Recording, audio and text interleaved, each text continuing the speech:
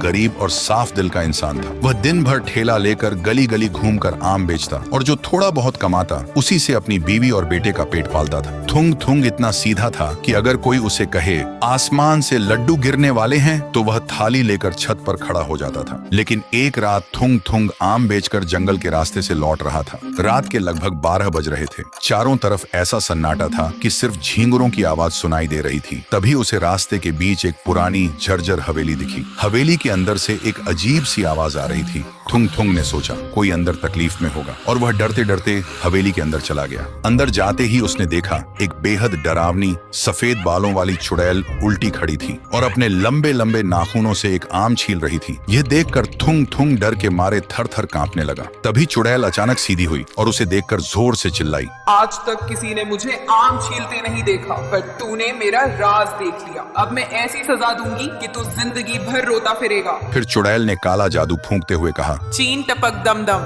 तेरी आंखें बन जाए तरबूजा एकदम। अगले ही पल थुंग थुंग की आंखें दो बड़े तरबूज जैसी हो गईं। थुंग थुंग इतना डर गया कि बिना पीछे देखे वहां से भाग निकला। फिर सुबह जब थुंग थुंग अपने घर पहुंचा तो उसकी बीवी ने जैसे ही दरवाजा खोला वह डर के मारे चिल्ला उठी, भूत भूत, और घबरा कर थुंग थुंग के सिर पर बेलन दे मारा। थुंग थुंग रोते हुए बोला, अरे पगली, मैं भूत नहीं, तेरा पति थुंग थुंग हूँ। और जब गांव वालों ने उसे देखा तो सब डर के मारे भागने लगे। लेकिन जब उन्हें पता चला कि यह वही सीधा साधा थुंग थुंग है तो उनका डर मजाक में बदल गया। कोई उसे हेडलाइट कहता तो कोई हंसते हुए कहता, थुंग थुंग जरा संभल कर चलना, कहीं तेरी आंखें रास्ते पर गिरकर लुढ़क ना जाएं। सुनते ही बेचारा थुंग थुंग कोने में जाकर रोने लगता।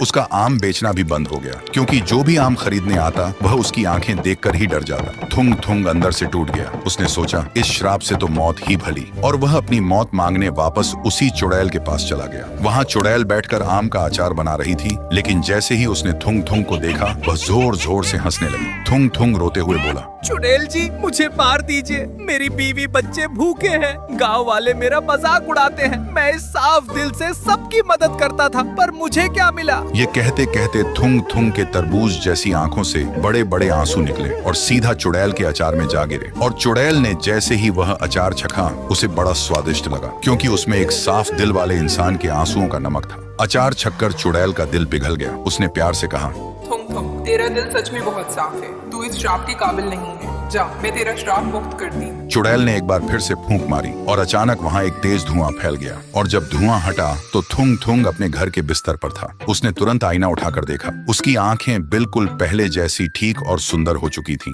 और उस दिन के बाद थुंग थुंग फिर से खुशी खुशी गली गली आम बेचने लगा। थुंग थुंग एक